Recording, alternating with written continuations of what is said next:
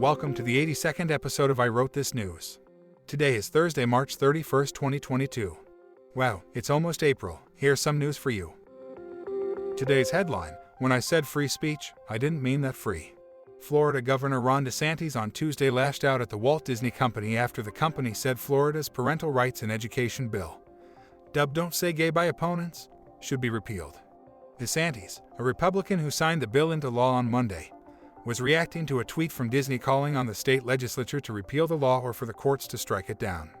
DeSantis said, quote, "I think they crossed the line. We're going to make sure we're fighting back when people are threatening our parents and threatening our kids." Governor, precisely which line did Disney cross by daring to verbalize in public that they disagreed with legislation you promoted and passed? In January of last year, DeSantis argued that combating the repression of political speech was, quote, "the most important legislative issue of 2021. Sure you do. Among its controversial measures, the law forbids instruction on sexual orientation and gender identity from kindergarten through third grade.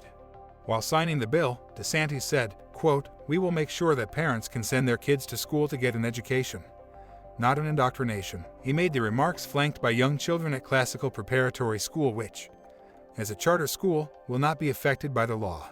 Opponents of the law, DeSantis said, quote, "support sexualizing kids in kindergarten. They support injecting woke gender ideology into second-grade classrooms."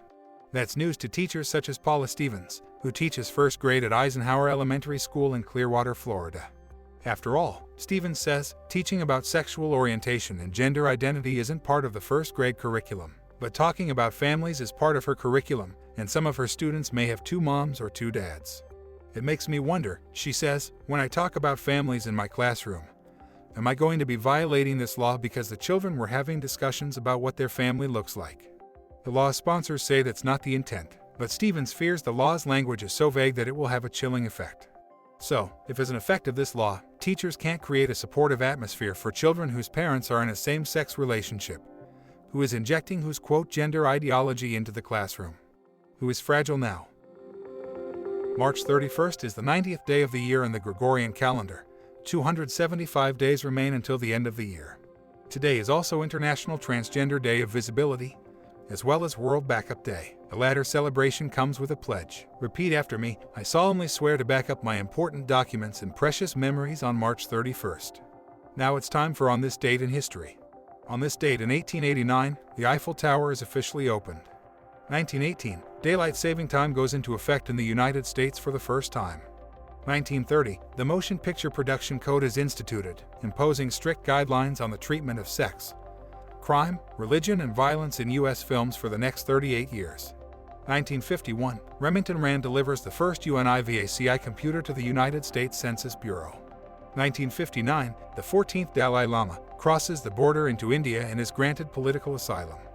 1968, American President Lyndon B. Johnson speaks to the nation of steps to limit the war in Vietnam in a television address. At the conclusion of his speech, he announces, "I shall not seek, and I will not accept, the nomination of my party for another term as your president."